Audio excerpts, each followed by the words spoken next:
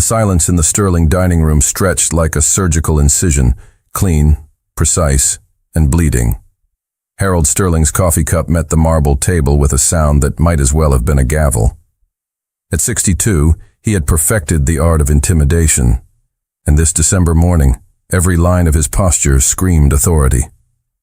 "Christmas Eve," he said, not looking up from his newspaper.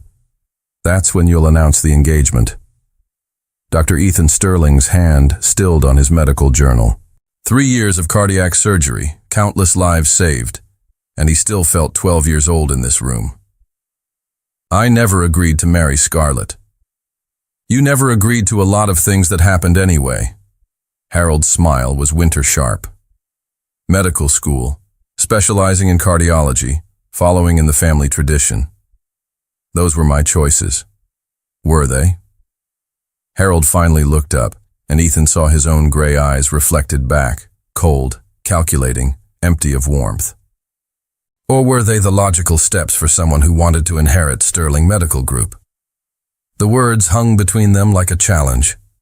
Ethan had heard this threat building for months, but hearing it spoken aloud felt like a punch to the solar plexus. "I built this empire with my bare hands," Harold continued, his voice dropping to that deadly quiet tone. "Every hospital, every clinic, every dollar. And I'll be damned if I leave it to someone who can't make the right decisions about his personal life. Scarlett Blackwood is not the right decision. Scarlett Blackwood is from our world. She understands power, influence, the sacrifices required to maintain what we've built." Harold leaned back in his chair. "Unlike whatever waitress you might pick up in some misguided rebellion.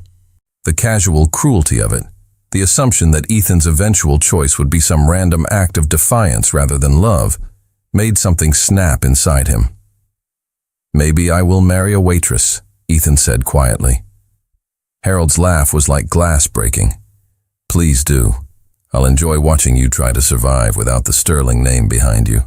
The bell above Murphy's diner door chimed like a death knell as Ethan pushed inside. The fluorescent lights buzzed overhead, casting everything in a harsh, unforgiving glow. He'd been driving for 2 hours, his father's ultimatum echoing in his head like a migraine. "Sit anywhere you'd like, honey." The voice belonged to a young woman behind the counter, mid-20s maybe, with dark hair pulled back in a ponytail that had seen better days. Her name tag read Cassie, and when she looked up, her brown eyes held the kind of exhaustion that went bone deep. Ethan chose a booth in the corner, as far from the other customers as possible. He needed to think, needed to figure out how to escape the trap his father had laid for him. But when the waitress approached with a coffee pot, his grand plans scattered like smoke. "Coffee? Please." She poured without spilling a drop, despite hands that trembled slightly. "Long night?" "Long life." The words came out more bitter than he'd intended, and something flickered in her expression.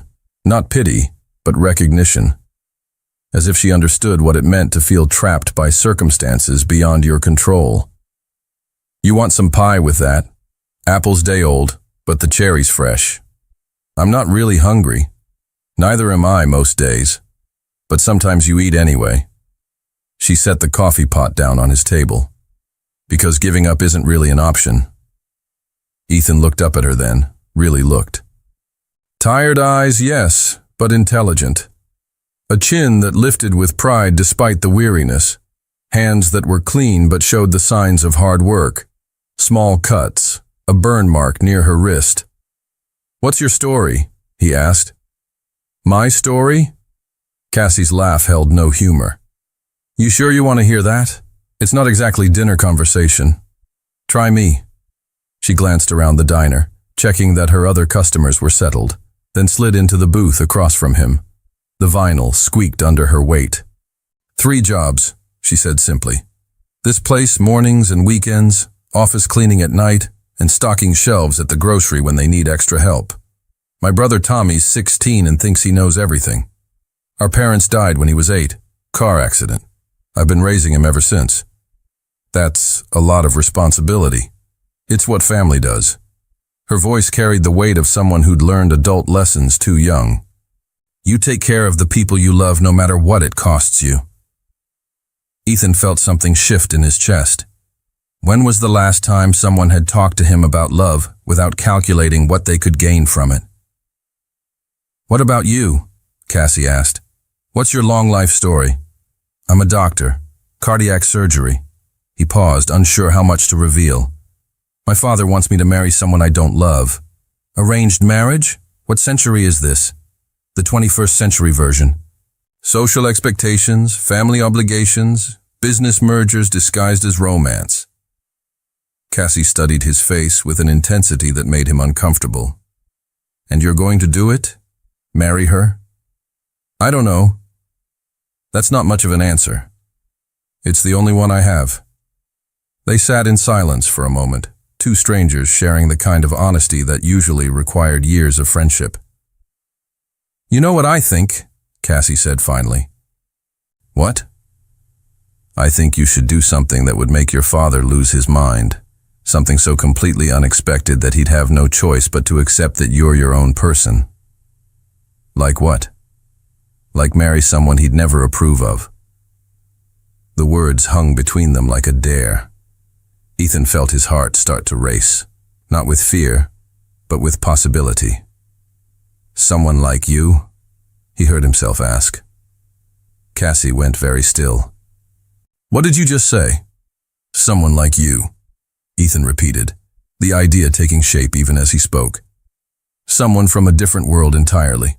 Someone who would make him realize he doesn't control every aspect of my life. That's crazy. Is it? Ethan leaned forward. What if I offered you something? What if I could solve your problems and you could solve mine? I don't even know your name. Ethan. Dr. Ethan Sterling. Sterling. Recognition flickered in her eyes. As in Sterling Medical Group? My father owns it, for now. Cassie pushed back from the table. This is insane. You don't know anything about me. I know you work 3 jobs to take care of your brother. I know you're tired, but you keep going anyway. I know you understand what it means to sacrifice for family. Ethan's voice grew urgent. I know you're exactly the kind of person who would drive my father insane. And that's your selling point? That I'd make a good rebellion? No. The word came out sharper than he intended. That's not what I meant. But wasn't it? Ethan felt shame crawl up his throat as he realized how his proposition sounded. Cassie stood up, grabbing the coffee pot. Thanks for the conversation, Dr. Sterling, but I'm not interested in being anyone's act of defiance. She was halfway across the diner before Ethan found his voice again. Wait. He stood up, not caring that other customers were staring. I said that wrong. Let me explain. There's nothing to explain. Cassie didn't turn around. I know exactly what you meant. Ethan waited. He sat in his BMW outside Murphy's Diner for 3 hours, watching the lunch rush come and go until Cassie's shift ended at 4 p.m. When she emerged, still wearing her uniform and looking like she was ready to drop from exhaustion, he intercepted her path to the bus stop. We need to talk. No, we don't. She tried to step around him, but he blocked her way, not aggressively, just persistently. 5 minutes, please. I have to get to my second job. I'll drive you, after we talk.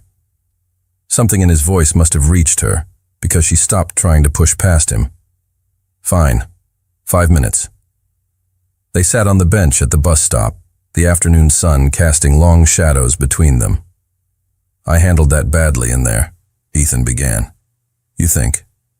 I made it sound like you'd be some kind of prop in my family drama. That's not what I meant. Then what did you mean? Ethan ran his hands through his hair, searching for words that wouldn't sound condescending or cruel. My father has controlled every major decision in my life since I was born. Where I went to school, what I studied, which residency program I entered, and now he wants to control who I marry. So rebel. Date whoever you want. It's not that simple. If I don't marry Scarlett Blackwood by Christmas Eve, he's threatening to disinherit me. So you lose your trust fund. Big deal. It's not about money. The words came out frustrated. It's about the hospitals, the clinics, all the patients who depend on Sterling Medical Group. If my father's successor is some corporate board instead of someone who actually cares about medicine, you'd sacrifice your happiness for that. Wouldn't you sacrifice yours for Tommy? The question hit its mark. Cassie's expression softened slightly. That's different, is it? We're both trapped by circumstances we didn't choose, both willing to give up what we want for the people who depend on us. What exactly are you proposing? A partnership. Marriage in name only, just long enough to prove to my father that he can't control me. I pay off whatever debts you have, set up college funds for Tommy, make sure you never have to work 3 jobs again. After a year, quiet divorce, generous settlement, you get financial security, I get my independence. Cassie was quiet for a long time, staring at the cracked sidewalk beneath their feet. Why me? She asked finally. You could find someone else to play this role. Because when you talked about taking care of Tommy, your whole face changed. Because you understand what it means to put someone else's needs above your own. Ethan paused. Because when you looked at me, you didn't see dollar signs or social status. You just saw someone who was tired of being controlled. This is insane. Completely insane, Ethan agreed. But sometimes insane is the only way to stay sane. Cassie looked at him then, really looked at him, and Ethan felt something pass between them. Not attraction exactly, but understanding. Recognition of shared desperation. What would this marriage look like? Separate bedrooms, separate lives mostly. A few public appearances to sell the story. You'd move into my penthouse, at least temporarily. Tommy could transfer to better schools if he wanted. And after a year? You'd disappear with enough money to never worry about working 3 jobs again. I run Sterling Medical Group and eventually marry someone I actually choose. Someone appropriate. Someone real. The bus wheezed to a stop in front of them, its doors opening with a hydraulic sigh. I have to think about this, Cassie said, standing. Of course. Take all the time you need. She started toward the bus, then turned back. What's she like? Scarlet? Beautiful, wealthy. Cold as winter. And she loves you? Ethan considered the question seriously. She loves what I represent. The Sterling name, the social status, the financial security. I don't think she's ever seen me as anything more than a very expensive accessory. That's sad. What's sad is that until I met you, I thought that was normal. Cassie said yes 3 days later, her voice steady, despite the way her hands shook as she signed the prenuptial agreement. The ceremony took place at City Hall on a Thursday morning, with 2 strangers serving as witnesses and a judge who looked like he'd rather be anywhere else. Do you, Ethan Sterling, take Cassie Morrow to be your lawfully wedded wife? I do. Do you, Cassie Morrow, take Ethan Sterling to be your lawfully wedded husband? A pause that lasted forever. I do. The rings were simple gold bands bought from a jewelry store 10 minutes before the ceremony. When Ethan slipped the ring onto Cassie's finger, her hand was ice cold. You may kiss the bride. Their first kiss was awkward, hesitant, 2 actors who hadn't rehearsed the scene. But when their lips touched, something unexpected happened. For just a moment, the pretense fell away, and they were simply 2 people who had chosen to save each other. Congratulations, the judge said, his voice bored. You're married. They drove to Ethan's penthouse in silence, the weight of what they'd done settling between them like fog. The apartment was everything Cassie had expected. Glass and steel, expensive furniture, the kind of sterile perfection that belonged in magazines rather than real life. Your room is down the hall, Ethan said, setting her single suitcase in the guest bedroom. There's a private bathroom, and you can redecorate however you want. Thank you. Cassie. He paused in the doorway. Are you okay? I just married a complete stranger to help him spite his father. I'm questioning my sanity, but I'm okay. For what it's worth, you're not completely a stranger anymore. Aren't I? Ethan looked at her, really looked at her, standing in the middle of his expensive guest room in her thrift store dress, clutching a suitcase that had seen better years. I don't know, he said honestly. I guess we'll find out. The first dinner with his parents was scheduled for Saturday night, 2 days after the wedding. Cassie had never been more nervous in her life. What do I need to know? She asked, smoothing down the simple black dress Ethan had bought her, the first new dress she'd owned in 3 years. My mother will try to make you feel inferior. She has a talent for backhanded compliments and pointed questions about your background. And your father? My father will try to figure out what you want from me so he can use it against both of us. Lovely family. They weren't always like this, or maybe they were, and I just never noticed because I was part of it. The Sterling mansion sat on 5 acres of perfectly manicured grounds, all brick and ivy and old money. Cassie felt like an imposter walking up the marble steps. Ready? Ethan asked, his hand settling at the small of her back. No. Good. Neither am I. Harold Sterling opened the door himself, his cold gray eyes taking inventory of Cassie from head to toe. So, this is the girl who stole my son. I'm Cassie, she said, extending her hand. Thank you for having me in your home. Harold's handshake was brief and dismissive. Catherine will want to meet you, of course. She's in the drawing room. Catherine Sterling was elegant in the way that only came from generations of wealth. Perfectly styled silver hair, understated jewelry, a smile that never quite reached her eyes. Cassie, dear, she said, air-kissing both cheeks. What a surprise this has all been. I imagine so. Please sit down. Tell us about yourself. Where did you go to school?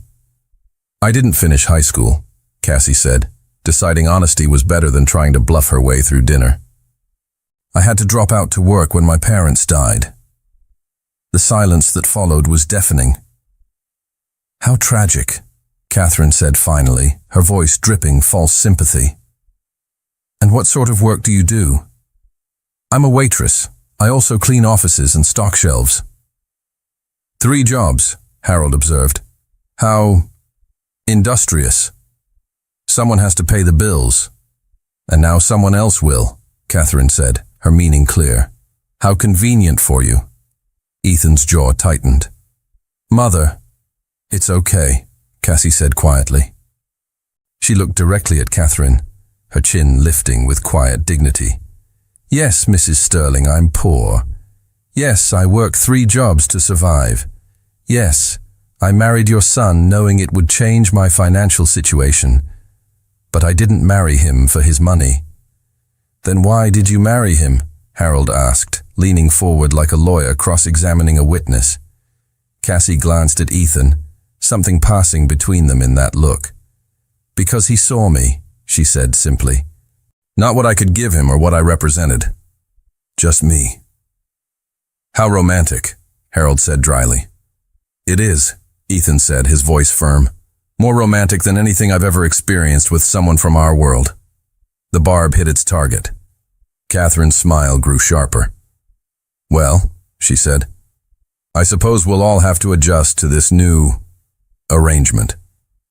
Dinner was served in the formal dining room, 7 courses on china that probably cost more than Cassie made in a month. The conversation was stilted, full of loaded questions and uncomfortable silences. And what are your plans now? Catherine asked over dessert. Will you be continuing with your work? I'm going to finish my education, Cassie said. Get my GED, maybe take some college classes. How ambitious, Harold said. And expensive. Knowledge usually is. Indeed. Of course, Ethan's resources are somewhat tied up in family obligations. I hope you understand. The threat was subtle but clear. Behave, or the money disappears. I understand perfectly, Cassie replied. I also understand that some things are more valuable than money. Such as self-respect, integrity, The freedom to choose your own path instead of having it chosen for you. The words hung in the air like a challenge. Harold's eyes narrowed. Interesting philosophy from someone who just married into wealth. I didn't marry into wealth, Mr. Sterling. I married your son. There's a difference. On the drive home, Ethan was quiet for a long time. I'm sorry about that, he said finally. They were worse than usual. They're scared. Scared? Of losing control of you. Of you choosing something they didn't plan. Cassie looked out the window at the city lights blurring past. I feel sorry for them, actually. Sorry for them.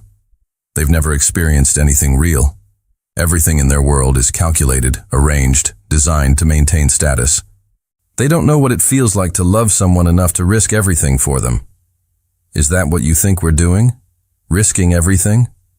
Aren't we? Ethan considered this as he pulled into his building's garage. I suppose we are. Living with Ethan Sterling was nothing like Cassie had imagined. She'd expected awkwardness, formality, the constant awareness that she was playing a role in someone else's life. Instead, she found something unexpected: companionship. They developed routines without discussing them. Ethan left for the hospital before dawn, but he always made coffee for both of them, leaving hers in a travel mug with a note about the day's weather. Cassie, who had never lived anywhere that stayed warm without constant vigilance, began leaving lights on throughout the apartment so Ethan wouldn't come home to darkness. You don't have to cook, he told her one evening, finding her in the kitchen preparing dinner. I know. I like cooking. When's the last time someone cooked for you? The question caught her off guard. I don't remember. Then let me help. Watching Dr. Ethan Sterling attempt to chop vegetables was simultaneously endearing and terrifying. His surgical precision didn't translate to kitchen skills. Not like that, Cassie said, moving to stand behind him, her hands covering his on the knife. Like this. Let the blade do the work. She was close enough to smell his cologne, to feel the warmth radiating from his body. When he turned his head to ask a question, their faces were inches apart. Am I doing it right? He asked softly. Perfect, she whispered. They stayed like that for a moment too long, her hand still covering his, before Cassie stepped back with burning cheeks. I should check on the sauce, she mumbled. These moments of unexpected intimacy became more frequent. Ethan helping her reach something from a high shelf, his hands lingering at her waist. Cassie falling asleep on the couch during a movie, waking up covered with Ethan's jacket. Brief touches, shared glances, the kind of casual domestic interactions that felt far too real for their arrangement. Tell me about Tommy, Ethan said one evening as they cleaned up after dinner. What do you want to know? Everything. What he's like, what he wants to be when he grows up, what makes him laugh. So Cassie told him. About Tommy's obsession with marine biology, his plans to study oceanography, his teenage conviction that he could save the world's coral reefs single-handedly. About how he'd grown 3 inches in the past year and ate everything in sight. About the way he still sometimes crawled into her bed during thunderstorms, even though he was 16 and too proud to admit he was scared. He sounds incredible, Ethan said. He is. He's the best thing I've ever done with my life. You raised him. I tried to. Some days I felt like I was just surviving, you know? Like I was one crisis away from completely falling apart. But you didn't fall apart. No, I didn't. Cassie dried the last plate, setting it carefully in the cabinet. What about you? Any siblings? No. My parents decided one heir was sufficient. That sounds lonely. I didn't think it was until I met you and Tommy. Now I wonder what I missed. The honesty in his voice made Cassie's chest tight. It's not too late. You could still have a family someday. A real one. Could I? Something in his tone made her look up. Ethan was staring at her with an expression she couldn't read, After the divorce, she said quickly. When you find someone you actually love. Right. After the divorce. But neither of them moved to end the conversation, to retreat to their separate bedrooms. They stood in his pristine kitchen, the weight of unspoken possibilities hanging between them like a bridge neither was brave enough to cross. 3 months into their marriage, Cassie felt herself drowning in feelings she had no right to have. Every smile Ethan gave her, every casual touch, every moment of genuine laughter over shared meals was torture. She was falling in love with her fake husband, and there was nothing she could do to stop it. The realization hit her fully one Tuesday morning when she woke up to find a note on her coffee mug. Emergency surgery ran long. Didn't want to wake you. Hope your day is beautiful. E. She stood in his immaculate kitchen, holding a piece of paper that meant nothing and everything, and felt her heart crack open. This was what love felt like. Not the desperate need she'd felt for the men who'd used her before, but something warm and steady and impossible. She was still staring at the note when the doorman called up. "Mrs. Sterling, there's a Ms. Blackwood here to see you." Cassie's blood went cold. "Send her up." Scarlett Blackwood was everything Cassie wasn't. Tall, blonde, elegant in that effortless way that only came from a lifetime of privilege. She swept into the apartment like she owned it, her expensive heels clicking against the hardwood floor. "So you're the little waitress who stole my fiancé," she said without preamble. "I'm Cassie, and Ethan was never your fiancé." "Wasn't he?" Scarlett settled onto the white leather couch like a queen claiming her throne. "We had an understanding. Our families had an arrangement. The only reason we weren't officially engaged was timing." "Well, the timing worked out differently than you expected." Scarlett laughed, the sound like breaking glass. "Did you really think this would last? That someone like Ethan would stay married to someone like you? Someone like me? Poor, uneducated, desperate." Scarlett's blue eyes were cruel as winter. "Honey, you're a phase, a rebellion. The kind of mistake rich boys make when they want to feel dangerous." Each word hit like a physical blow because they echoed every fear Cassie had been trying to suppress. "Ethan loves me," she said weakly. "Ethan feels sorry for you. There's a difference." Scarlett stood, moving to examine the family photos on the mantel, pictures that had been there long before Cassie arrived. "Look around you, sweetheart. This is his world. Do you really think you belong in it?" "I think belonging is about more than money." How naive. Belonging is about understanding the rules, knowing how to navigate society, having something to contribute beyond a sad story and good intentions. Scarlett turned back to Cassie. "What do you bring to this marriage besides your tragic background?" The question hung in the air like poison. What did she bring?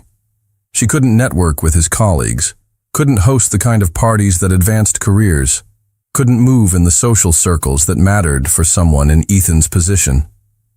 "I make him happy," Cassie said finally. "For now. But what happens when the novelty wears off? When he realizes that love isn't enough to bridge the gap between your worlds?"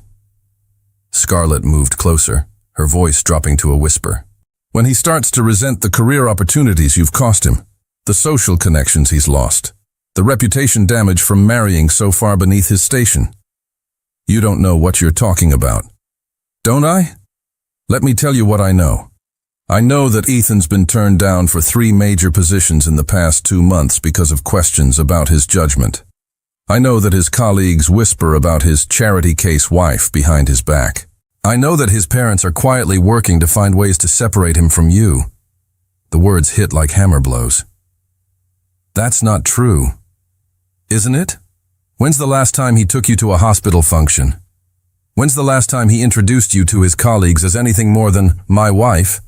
Face it, darling, he's already ashamed of you. He just doesn't know it yet." Scarlett moved toward the door, her message delivered with surgical precision. "I'm not telling you this to be cruel," she said, her voice softening with false sympathy.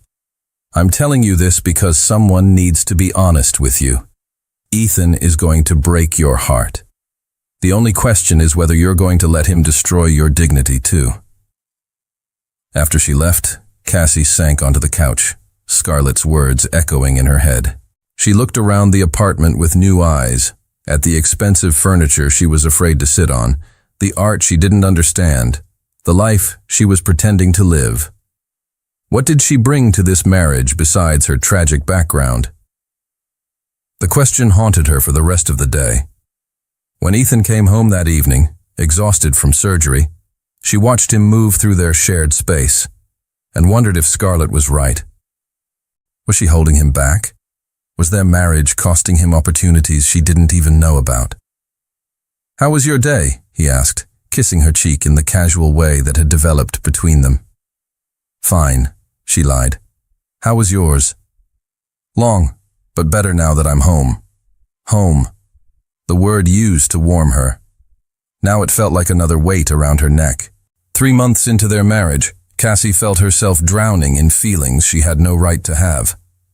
Every smile Ethan gave her, every casual touch, every moment of genuine laughter over shared meals, was torture. She was falling in love with her fake husband, and there was nothing she could do to stop it. The realization hit her fully one Tuesday morning when she woke up to find a note on her coffee mug. "Emergency surgery ran long. Didn't want to wake you. Hope your day is beautiful. E." She stood in his immaculate kitchen, holding a piece of paper that meant nothing and everything, and felt her heart crack open. This was what love felt like.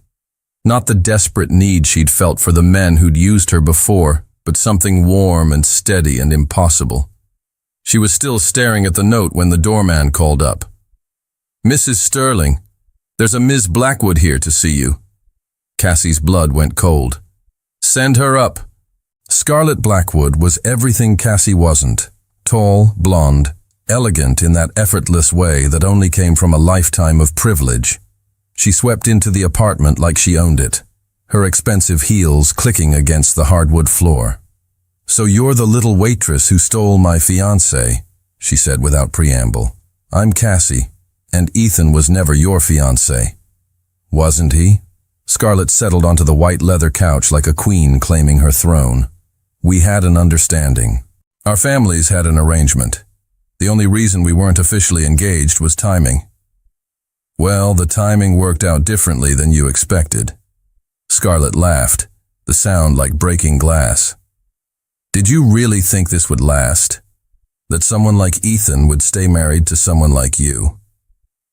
Someone like me? Poor, uneducated, desperate." Scarlett's blue eyes were cruel as winter. "Honey, you're a phase, a rebellion. The kind of mistake rich boys make when they want to feel dangerous." Each word hit like a physical blow because they echoed every fear Cassie had been trying to suppress. "Ethan loves me," she said weakly. "Ethan feels sorry for you. There's a difference." Scarlett stood, moving to examine the family photos on the mantel, pictures that had been there long before Cassie arrived. "Look around you, sweetheart. This is his world. Do you really think you belong in it?" "I think belonging is about more than money." How naive. Belonging is about understanding the rules, knowing how to navigate society, having something to contribute beyond a sad story and good intentions. Scarlett turned back to Cassie. "What do you bring to this marriage besides your tragic background?" The question hung in the air like poison. What did she bring? She couldn't network with his colleagues, couldn't host the kind of parties that advanced careers, couldn't move in the social circles that mattered for someone in Ethan's position. "I make him happy," Cassie said finally. "For now. But what happens when the novelty wears off? When he realizes that love isn't enough to bridge the gap between your worlds?" Scarlett moved closer, her voice dropping to a whisper. "When he starts to resent the career opportunities you've cost him, the social connections he's lost, the reputation damage from marrying so far beneath his station. You don't know what you're talking about." "Don't I? Let me tell you what I know. I know that Ethan's been turned down for 3 major positions in the past 2 months because of questions about his judgment. I know that his colleagues whisper about his charity case wife behind his back. I know that his parents are quietly working to find ways to separate him from you. The words hit like hammer blows. That's not true, isn't it? When's the last time he took you to a hospital function? When's the last time he introduced you to his colleagues as anything more than my wife? Face it, darling, he's already ashamed of you. He just doesn't know it yet. Scarlett moved toward the door, her message delivered with surgical precision. I'm not telling you this to be cruel, she said, her voice softening with false sympathy. I'm telling you this because someone needs to be honest with you. Ethan is going to break your heart. The only question is whether you're going to let him destroy your dignity too. After she left, Cassie sank onto the couch, Scarlett's words echoing in her head. She looked around the apartment with new eyes, at the expensive furniture she was afraid to sit on, the art she didn't understand, the life she was pretending to live. What did she bring to this marriage besides her tragic background? The question haunted her for the rest of the day. When Ethan came home that evening, exhausted from surgery, she watched him move through their shared space and wondered if Scarlett was right. Was she holding him back? Was their marriage costing him opportunities she didn't even know about? How was your day? He asked, kissing her cheek in the casual way that had developed between them. Fine, she lied. How was yours? Long, but better now that I'm home. Home. The word used to warm her. Now it felt like another weight around her neck. Cassie was gone when Ethan woke up the next morning. Her clothes, her few personal belongings, even the coffee mug she'd claimed as her own, all of it vanished like she'd never been there at all. The only evidence of her presence was a letter on the kitchen counter, written in her careful handwriting. Ethan, by the time you read this, I'll be back in my old apartment. I've spoken to a lawyer about expediting our divorce. You don't need to worry about the settlement. I don't want anything from you except the knowledge that I'm freeing you to have the life you deserve. Thank you for 3 months of feeling like I mattered to someone. Thank you for showing me what kindness looks like, what it feels like to be cared for. Thank you for helping Tommy, and for treating me like I was worth something. But most of all, thank you for letting me go, before I could do any more damage to your future. I hope you find someone who can love you the way you deserve to be loved, someone who can be the partner you need for the life you're meant to live. Take care of yourself. Cassie. Ethan read the letter 3 times before the words fully penetrated. She was gone, really gone, and she thought she was doing him a favor. For 2 weeks he threw himself into work with manic intensity, 18-hour days, back-to-back surgeries, anything to avoid going home to an apartment that felt like a mausoleum. His colleagues noticed his distraction, his short temper, the way he snapped at nurses who moved too slowly or asked too many questions. You look like hell, his friend Dr. Marcus Webb told him after a particularly brutal day in the OR. Thanks for the pep talk. I'm serious. When's the last time you slept? Or ate something that wasn't from a vending machine? I'm fine. You're falling apart. Marcus leaned against the wall. Everyone's talking about it. Whatever's going on with you and your wife, there is no me and my wife. She left. Because of the gossip? Because some people couldn't mind their own business? Because she realized she didn't belong in my world. Ethan's voice was flat, empty. Because she was smart enough to see what I refused to acknowledge. Which is that marrying her was selfish, that I was holding her back from a life where she could be happy without constantly being judged and found wanting. Marcus was quiet for a moment. Can I ask you something? Apparently you're going to regardless. Were you happy? With her? The question hit like a surgical incision, precise, necessary, and painful. Yes, Ethan admitted quietly. Happier than I've ever been in my life. And was she happy? I thought so, until she realized what being married to me was costing her. What was it costing her? Her dignity. her sense of self-worth, her peace of mind. Ethan pushed back from the nurse's station where they'd been talking. "She's better off without me." "Are you better off without her?" The question followed Ethan home to his empty apartment, where the silence felt oppressive and the perfectly arranged furniture mocked him with its sterile beauty. He found himself looking for signs of Cassie's presence, the book she'd left on the coffee table, the flowers she'd bought to brighten the kitchen, the warmth that had somehow transformed his showcase apartment into a home. All of it was gone, erased as completely as if she'd never existed. 3 weeks after Cassie left, Harold Sterling appeared at Ethan's office unannounced. "Well," he said, settling into the chair across from Ethan's desk, "I hear congratulations are in order. Your little rebellion appears to be over." "What do you want, Dad?" "To welcome you back to reality. To discuss your future now that you've gotten this phase out of your system." "My future?" "Scarlett's been very patient, very understanding about your temporary lapse in judgment. She's willing to overlook the whole embarrassing episode if you're ready to move forward like a mature adult." Ethan looked at his father, really looked at him, and saw clearly for perhaps the first time. The cold calculation, the complete absence of genuine concern for his happiness, the assumption that love was something to be gotten out of one's system like a childhood illness. "Get out," he said quietly. "Excuse me?" "Get out of my office. Get out of my hospital. Get out of my life." Harold's face darkened. "Don't be ridiculous, Ethan. You need me. I don't need anyone who thinks my marriage was an embarrassing episode to be overlooked. I don't need anyone who sees the woman I love as a temporary lapse in judgment." "The woman you love?" Harold laughed coldly. "She left you, didn't she? Ran back to whatever hovel she came from the moment things got difficult. That's what people like her do. They take what they can get and disappear when it's convenient." "People like her don't exist," Ethan said, standing up. "There is no one like Cassie. She didn't leave because things got difficult. She left because she thought she was protecting me. Because she's selfless enough to sacrifice her own happiness if she believes it's best for someone she cares about." How noble. How utterly pointless. "You're right. It is pointless.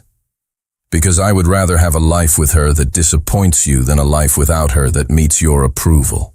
Harold studied his son's face, and for the first time in years seemed to realize he was looking at a stranger.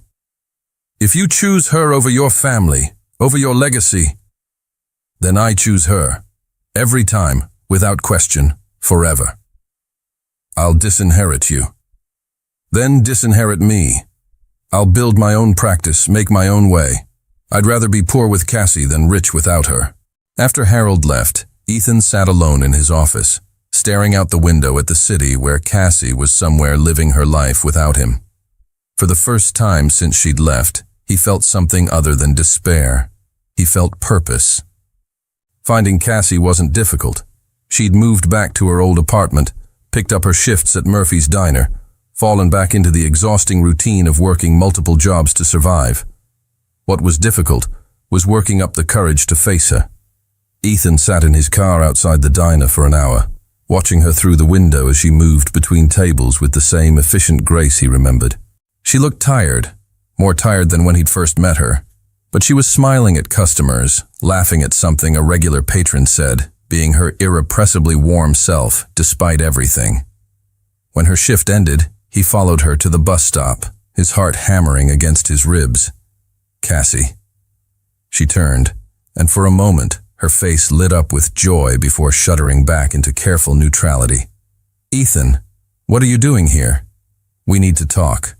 "We said everything we needed to say." "You said everything you needed to say. I never got a chance to respond." The bus wheezed to a stop in front of them, its doors opening with a mechanical sigh. Cassie looked between Ethan and the bus, conflict clear on her face. "Please," he said quietly. "Just give me 10 minutes." She didn't get on the bus. They walked to the same park where this had all begun, sitting on a bench under the dying light of late afternoon. The silence stretched between them like a chasm. "How's Tommy?" Ethan asked finally. "Good. He got into the marine biology program at the state university, full scholarship." "That's wonderful. He must be thrilled." "He is. He wanted me to thank you for the recommendation letter you sent to the admissions committee." Ethan looked surprised. "How did you know about that?" "The admissions officer mentioned it when she called with the good news. Apparently, a letter from Dr. Ethan Sterling carries significant weight in academic circles. Tommy earned that scholarship on his own merit." "Maybe, but your name opened the door." Cassie looked at him directly for the first time. "Why did you do that? After I left?" "Because I love you. And people who love each other take care of the people who matter to their loved ones. Don't what? Don't say you love me. It doesn't change anything. It changes everything." "No, Ethan, it doesn't." Cassie's voice grew stronger, more determined. "I've had a month to think about this, to get some perspective. What we had, it wasn't real. It was gratitude and proximity and two lonely people convincing themselves that dependency was love. That's not true, isn't it? You married me to spite your father. I agreed because I needed the money. Everything that happened after that was just us trying to make the best of a business arrangement.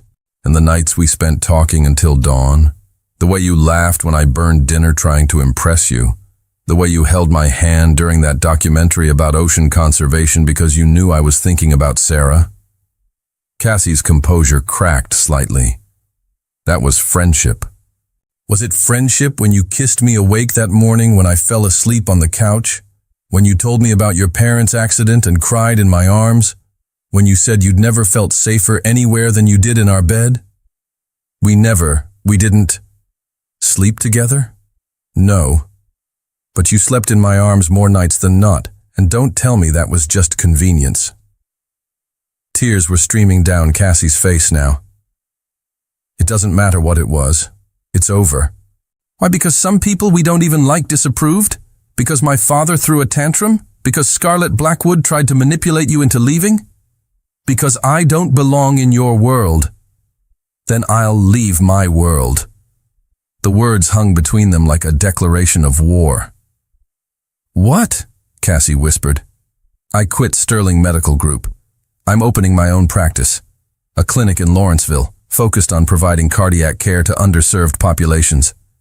No insurance required, sliding scale payments, the kind of medicine I should have been practicing all along." "Ethan, no. You can't give up everything for me. I'm not giving up everything. I'm giving up everything that doesn't matter to get back the only thing that does. Your family. Disowned me the moment I told my father I'd choose you over their approval every time. Apparently, loving someone more than the Sterling reputation is grounds for disinheritance. Your career will be exactly what I want it to be for the first time in my life. Medicine that matters, patients who need me, work that actually makes a difference instead of just maintaining status." Cassie stared at him, her face cycling through shock, disbelief, and something that might have been hope. "You can't be serious." "I've never been more serious about anything in my life." Ethan moved closer on the bench. "Cassie, I spent 30 years living the life my father planned for me, becoming the man he wanted me to be. And I was miserable, successful, respected, and completely empty inside. Until I met a waitress who worked 3 jobs and still found energy to care about a stranger's problems. Until I married someone who saw through all my pretenses and loved me anyway. Until I lived with a woman who made my sterile apartment feel like home just by being in it. Ethan, I love you," he said fiercely. "Not because you need rescuing, not because you're convenient, not because you helped me rebel against my father. I love you because you're brave and kind and real in a world full of people who are none of those things. I love you because you make me want to be better than I am. But the differences between us are exactly what make us perfect for each other. You keep me grounded. I help you dream bigger. You show me what really matters, I give you the resources to fight for it. We balance each other, Cassie. We make each other whole. Cassie was sobbing now, her careful composure completely destroyed. I'm scared, she whispered. Of what? Of believing this is real. Of letting myself think we could actually work. Of trusting that you won't wake up one day and realize you've made a terrible mistake. Ethan reached for her hands, and this time, she didn't pull away. Look at me, he said gently. She raised her tear-streaked face to his. I woke up every morning for a month knowing I'd made a terrible mistake, and it wasn't marrying you. It was letting you walk away without fighting for us. The people in your world will never accept me. Then we'll find new people, better people. The kind of people who judge character instead of bank accounts. Your parents made their choice, just like we're making ours. Cassie searched his face, looking for doubt, for signs that this was temporary insanity that would fade with time. What if it's not enough? She asked quietly. What if love isn't enough to overcome everything else? Then we'll fail together. But at least we'll fail at something real instead of succeeding at something empty. For a long moment, they sat in silence, the weight of the decision hanging between them. I missed you, Cassie admitted finally. I missed you too. Every single day. I kept your coffee mug. I don't even drink coffee, but I couldn't bring myself to throw it away. I couldn't sleep in our bed. I've been living on the couch for a month because everything in that room smelled like you. Despite everything, Cassie smiled. We're pathetic. We're in love. Sometimes it's the same thing. So what happens now? Now you come home with me and we figure out how to build a life together. A real life this time, not an arrangement. And if it doesn't work, then at least we'll know we tried. But Cassie, Ethan cupped her face gently, his thumbs brushing away her tears. I don't think we're going to fail. I think we're going to be extraordinary together. Promise me something. Anything. Promise me you won't regret this, that you won't wake up in 5 years and wish you'd chosen the safe path. I can't promise that, Ethan said honestly. Cassie's face fell. Because I already know, he continued. I've lived the safe path, Cassie. I spent 30 years being who I was supposed to be, doing what was expected of me, making all the right choices. And I was dying inside, one perfectly appropriate day at a time. And now? Now I'm awake, terrified, uncertain, completely outside my comfort zone, but awake. And I would rather spend 1 year truly alive with you than 50 years sleepwalking without you. Cassie looked into his eyes and saw her own future reflected back. Uncertain, unconventional, but absolutely real. Okay, she whispered. Okay? Okay, let's go home. The Lawrenceville Community Cardiac Clinic occupied a converted warehouse between a laundromat and a grocery store that had seen better decades. The waiting room furniture was donated, the paint was 2 years past needing a refresh, and the air conditioning worked only when it felt like it. It was also the most important work Ethan had ever done. Dr. Sterling? Maria Santos, the clinic's volunteer coordinator, poked her head into his office. Mrs. Rodriguez is here with her granddaughter, the little girl you operated on last month. Send them back. 8-year-old Sofia Rodriguez bounded into the office, her grandmother trailing behind with tears in her eyes. The child who had been pale and listless 6 weeks ago was now pink-cheeked and energetic, her surgical scar hidden beneath a t-shirt decorated with cartoon dolphins. Dr. Sterling, look what I can do! Sophia proceeded to demonstrate a series of jumping jacks that would have been impossible before her heart surgery. That's wonderful, Sophia. How do you feel? Like I can run forever. Abuela says I have to be careful, but I feel strong like a superhero. Mrs. Rodriguez wiped her eyes. Doctor, we can never thank you enough. The other doctors, they said the surgery would cost more than our house. They said to take her home and keep her comfortable. Every child deserves a chance at a healthy life, Mrs. Rodriguez. No exceptions. After they left, Ethan sat in his cramped office, surrounded by thank you cards and children's drawings, and felt something he'd never experienced in the pristine halls of Sterling Medical Group: complete professional satisfaction. Busy day? Cassie appeared in his doorway, carrying 2 cups of coffee from the diner down the street. The best kind of busy. She settled into the chair across from his desk, and Ethan marveled again at how right this felt. 6 months of marriage, real marriage this time, and he still felt that flutter of happiness whenever she walked into a room. "How was your day?" he asked. "Good. I got my GED results. Passed with honors." "Cassie, that's incredible." Ethan jumped up to hug her, spinning her around his tiny office. "I'm so proud of you. It's just a high school equivalency test. It's the first step toward everything you want to achieve. Have you thought more about college?" "Actually, yes." Cassie pulled a brochure from her purse. "The community college has a nursing program. 2 years, mostly evening classes, so I can keep working here part-time." "Here." Maria offered me the position of patient advocate, helping families navigate insurance, connecting them with resources, making sure people don't fall through the cracks. Ethan felt his chest swell with pride. "You'd be perfect for that." "I hope so. I want to help people the way you helped me. The way we helped each other." That evening, they walked home together through their neighborhood, not the sterile perfection of Ethan's former penthouse district, but the lived-in reality of working-class Pittsburgh. They'd bought a small house 3 blocks from the clinic, nothing fancy but warm and welcoming, with a garden where Cassie was attempting to grow tomatoes, and a front porch where they sat most evenings, watching the world go by. "Any regrets?"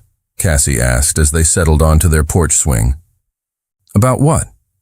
"Giving up your trust fund, losing your family's approval, trading a penthouse for a 3-bedroom ranch house." Ethan considered the question seriously. "Ask me in 20 years. I'm asking you now." "Now?" He pulled her closer, breathing in the scent of her hair. "Now I regret that it took me 30 years to realize that the life I thought I wanted was killing me slowly. And this life. This life is messy and uncertain and completely outside my comfort zone." He kissed the top of her head. "It's also the only life I've ever lived that feels like it belongs to me. Even when Mrs. Patterson brings us casseroles, we're too polite to refuse, even though her cooking is terrible. Especially then. Even when the clinic's budget is so tight we're literally counting pennies. Even then. Even when your mother calls every few months to tell you what a disappointment you are. Even then. Though I have to admit, I'm grateful those calls are getting less frequent." They sat in comfortable silence, watching their neighbors tend their own small gardens, hearing the sounds of family dinners and evening routines through open windows. "Tommy called today," Cassie said eventually. "How's college treating him?" "He loves it. His marine biology professor wants him to apply for a research position next summer. Paid research. That's fantastic. He also has a girlfriend, Jessica. She's studying environmental science. Serious? Serious enough that he's bringing her home for Thanksgiving to meet us. Us." The word still gave Ethan a small thrill of belonging. "Should I be prepared to do the intimidating big brother thing?" "You? Intimidating?" Cassie laughed. "You cried during that documentary about sea turtle conservation. Those baby turtles were very moving. You're about as intimidating as a golden retriever. Hey, golden retrievers can be fierce when protecting their families." "True." Cassie settled more comfortably against his side. "Speaking of family." Something in her tone made Ethan look down at her. "What about family?" Cassie reached into her pocket and pulled out a small white stick, holding it up so he could see the 2 pink lines. For a moment, Ethan's brain couldn't process what he was seeing. Then understanding hit like a lightning bolt. We're going to have a baby."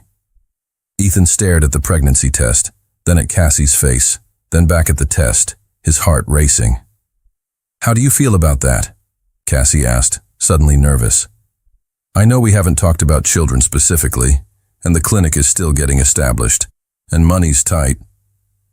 Ethan silenced her with a kiss that tasted like joy and promises and the future they were building together. "I love you," he said against her lips. "I love you, and I love our baby, and I love the life we're creating. Even though it's going to make everything more complicated, especially because of that." Ethan placed his hand gently over her still flat stomach. "This baby is going to grow up knowing they were wanted, planned for, celebrated from the moment we knew they existed. They're going to grow up in a house full of love instead of expectations. And medical journals, lots of medical journals, and coffee stains on the furniture because their mother insists on bringing me coffee even though I've told her 1,000 times she doesn't have to take care of me. And terrible homemade dinners because their father still can't cook anything more complicated than scrambled eggs. And neighbors who bring casseroles we can't refuse. And a clinic where their parents work together to help other families. And a garden where their mother grows the world's most ambitious tomatoes. They sat together on their front porch, hands intertwined, watching the sun set over their imperfect, complicated, absolutely perfect life. The second annual Lawrenceville Community Health Fair was in full swing, with families lined up for free screenings, health education booths, and face painting for the children. Dr. Ethan Sterling moved through the crowd, checking blood pressures and answering questions, while Cassie Sterling coordinated volunteers and translated for Spanish-speaking families. "Mama!" 18-month-old Grace Sterling toddled across the community center floor, her chubby arms reaching for Cassie. "There's my girl." Cassie scooped up their daughter, who had Ethan's gray eyes and Cassie's determined chin. "Were you good for Aunt Maria?" "She was an angel," Maria Santos called from the children's area, "though she did try to reorganize my entire filing system."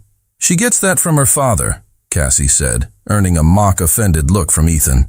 "I don't reorganize filing systems. No, you just alphabetize the spice rack and color coordinate the medical journals. Organization is a virtue. Control freak is more accurate." They bantered like this constantly now, the easy back and forth of a couple who knew each other's quirks and loved each other anyway. Grace babbled happily between them, switching between Mama and Dada, and what sounded suspiciously like stethoscope. "Dr. Sterling?" A teenage boy approached hesitantly. "My mom wanted me to thank you. For the surgery last year, I'm Marcus Williams." Ethan's face lit up with recognition. "Marcus, how are you feeling?" "Great, amazing. I made varsity soccer this year." "That's wonderful. Your mom must be proud." "She is. She also wanted me to give you this." Marcus handed over an envelope. "She said to tell you it's not much, but she wanted to contribute something to the clinic." After Marcus left, Ethan opened the envelope to find a handwritten note and a $20 bill. "Dr. Sterling," the note read, "this is all I can afford right now, but I wanted to help other families the way you helped mine. Thank you for giving my son his life back. Linda Williams." Cassie read over his shoulder, both of them blinking back tears. "Not bad for a day's work," she said softly. "Not bad at all." As the health fair wound down, they packed up their supplies and headed home, Grace falling asleep in her stroller. Their house was exactly as they'd left it, comfortable chaos, medical journals mixed with parenting books, toys scattered across the living room floor. "Bath time for someone," Cassie said, lifting their drowsy daughter. "I'll get dinner started," Ethan replied. "Please tell me you're not attempting to cook again." "I bought ingredients for that pasta dish you like. I'm going to follow the recipe exactly." Famous last words. An hour later, they sat around their kitchen table, sharing takeout Chinese food, because Ethan's cooking attempt had ended predictably. "So," Cassie said, twirling lo mein around her fork, "I have news." "Good news or, we need to discuss this news?" "Good news. The community college accepted my application for the RN program. I start classes in the fall. Cassie, that's incredible. It means longer hours, more time away from home. It means you're going to become the nurse you always wanted to be. We'll figure out the logistics. Grace banged her sippy cup on her high chair tray, demanding attention. What do you think, Gracie? Ethan asked. Should Mama become a nurse? Mama, Grace declared, as if that settled everything. I think that's a yes, Cassie laughed. Later that evening, after Grace was asleep in her crib, Ethan found Cassie on their front porch, staring up at the stars. Penny, for your thoughts? Just thinking about how different everything is from 2 years ago. Better different? Definitely better different. Cassie leaned against his shoulder. Sometimes I can't believe this is really my life. That I get to be married to someone who thinks my dreams matter. That I get to raise a daughter who will grow up knowing she can be anything she wants to be. She gets that confidence from her mother. She gets her stubbornness from both of us. Poor kid doesn't stand a chance.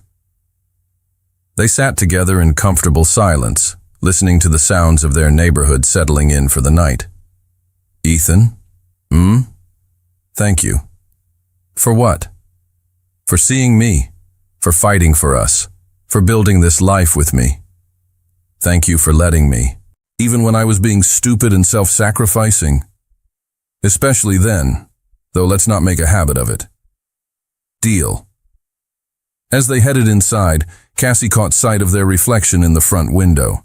A young family, tired but happy, surrounded by the evidence of a life well lived. Not the life either of them had planned, but somehow exactly the life they were meant to have.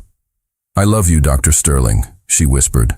I love you too, Mrs. Sterling, forever and always.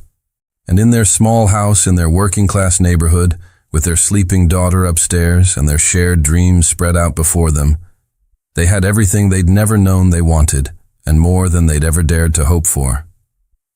Sometimes the best love stories aren't about finding your perfect match, but about finding someone worth becoming your best self for. What did you think of Ethan and Cassie's journey? Share your thoughts in the comments below, and don't forget to subscribe for more stories that will make you believe in love again.